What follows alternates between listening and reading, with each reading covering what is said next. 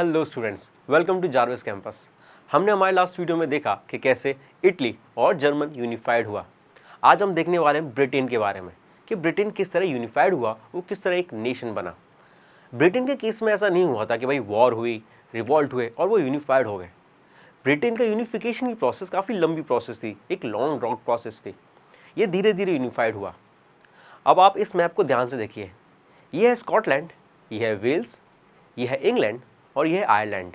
इन सारे स्टेट्स में अलग अलग तरीके के लोग रहते थे, जिनकी अलग अलग एथनिक आइडेंटिटीज़ थी, यानी वो अलग अलग लैंग्वेज बोलते थे, उनका कल्चर अलग था, उनका पहनावा अलग था।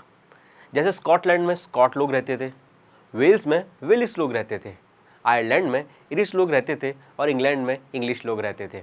अब जो वेल्स था वो 1535 से इंग्लैंड का पार्ट बन गया था, मगर बाकी सारे इंडिपेंडेंट थे, यानी वो अलग अलग थे।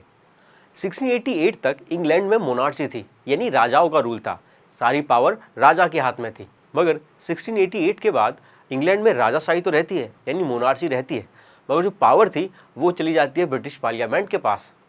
अब ब्रिटिश पार्लियामेंट ये सोचता है कि क्यों ना अपने आसपास के जो स्टेट्स हैं उनको कैप्चर कर लिया जाए और अपनी टेरिटरीज एक्सपांड की जाए और पावरफुल नेशन बना जाए। इसलिए ये स्टार्ट करते हैं स्कॉटलैंड से। इंग्लैंड के जो लोग थे वो स्कॉटलैंड से काफ़ी प्यारी प्यारी बातें करते हैं, मीठी बातें करते हैं, उनको कन्विंस करते हैं और एक ट्रीटी साइन करते हैं। इस ट्रीटी का नाम था एक्ट ऑफ यूनियन। इस ट्रीटी को 1707 में स्कॉटलैंड के और इंग्लैंड के लोग साइन करते हैं, जिसके बाद इंग्लैंड और स्कॉटलैंड एक हो जाता है और वो बनाता है United Kingdom of Great Britain. अब United Kingdom of Great Britain जो पार्लियामेंट था उसमें दोनों तरह के लोग थे, यानी इंग्लैंड के लोग भी थे और स्कॉटलैंड के लोग भी थे। अब धीरे धीरे क्या होता है कि जो इंग्लिश लोग थे पार्लियामेंट में, वो स्कॉटलैंड के मेंबर्स को सप्रेस करने लगते हैं। ना तो स्कॉटलैंड के लोग अपनी लैंग्वेज बोल सकते हैं और ना ही अपने तरह के क्लोथ्स पहन सकते हैं। उन्हें सारी चीज़ ब्रिटिश पार्लियामेंट के हिसाब से, इंग्लिश लोगों के हिसाब से करनी पड़ती है। और इस तरह से जो इंग्लैंड है वो पूरी तरह से स्कॉटलैंड को अपने कब्जे में कर लेता है। अब बारी आती है आयरलैंड की। आयरलैंड के साथ भी ऐसा ही होता है। आयरलैंड में दो तरह के लोग रहते थे। पहले थे कैथोलिक्स और दूसरे थे प्रोटेस्टेंट्स। कैथोलिक्स मेजोरिटी में थे जबकि प्रोटेस्टेंट्स माइनॉरिटी में थे। इन दोनों में हमेशा झगड़ा होता था। ये हमेशा एक दूसरे की बराबरी करना चाहते थे, एक दूसरे को कमज़ोर दिखाना चाहते थे, एक दूसरे के ऊपर डोमिनेंस करना चाहते थे। और इंग्लिश लोग इसी चीज़ का फ़ायदा उठाते हैं। वो प्रोटेस्टेंट्स को सपोर्ट करते हैं ताकि वो प्रोटेस्टेंट्स के ऊपर डोमिनेंस कर सकें।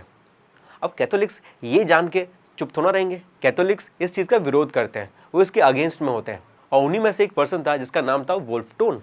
इन्होंने 1978 में इंग्लिश लोगों के खिलाफ रिवॉल्ट किया, मगर क्योंकि इंग्लिश लोग काफ़ी पावरफुल थे, उन्होंने इनकी रिवॉल्ट को सप्रेस कर दिया और रिवॉल्ट फेल हो गया। और फाइनली 1801 में इंग्लैंड लोगों ने, यानी इंग्लिश लोगों ने, पूरे आयरलैंड पे कब्जा कर लिया और उसको United Kingdom of Great Britain के अंदर शामिल कर लिया। अब इस पूरे किंगडम में, यानी United Kingdom of Great Britain में, एक ही लैंग्वेज बोली जाती थी, यानी इंग्लिश लैंग्वेज। एक ही इसका नेशनल फ्लैग था और इनकी नेशनल एंथम भी एक ही थी। और हर तरीके के लोग, चाहे वो वेल्स हो, चाहे स्कॉटलैंड के हो, चाहे आयरलैंड के हो, उन सबको ये लैंग्वेज, ये नेशन और ये एंथम फॉलो करने के लिए कहा गया और प्रमोट भी किया गया इंग्लिश लैंग्वेज को, इंग्लिश एंथम को और इंग्लिश नेशनल फ्लैग को। इस तरह से इंग्लैंड का, यानी कि ब्रिटेन का यूनिफिकेशन होता है और वो बन जाता है United Kingdom of Great Britain. Thank you.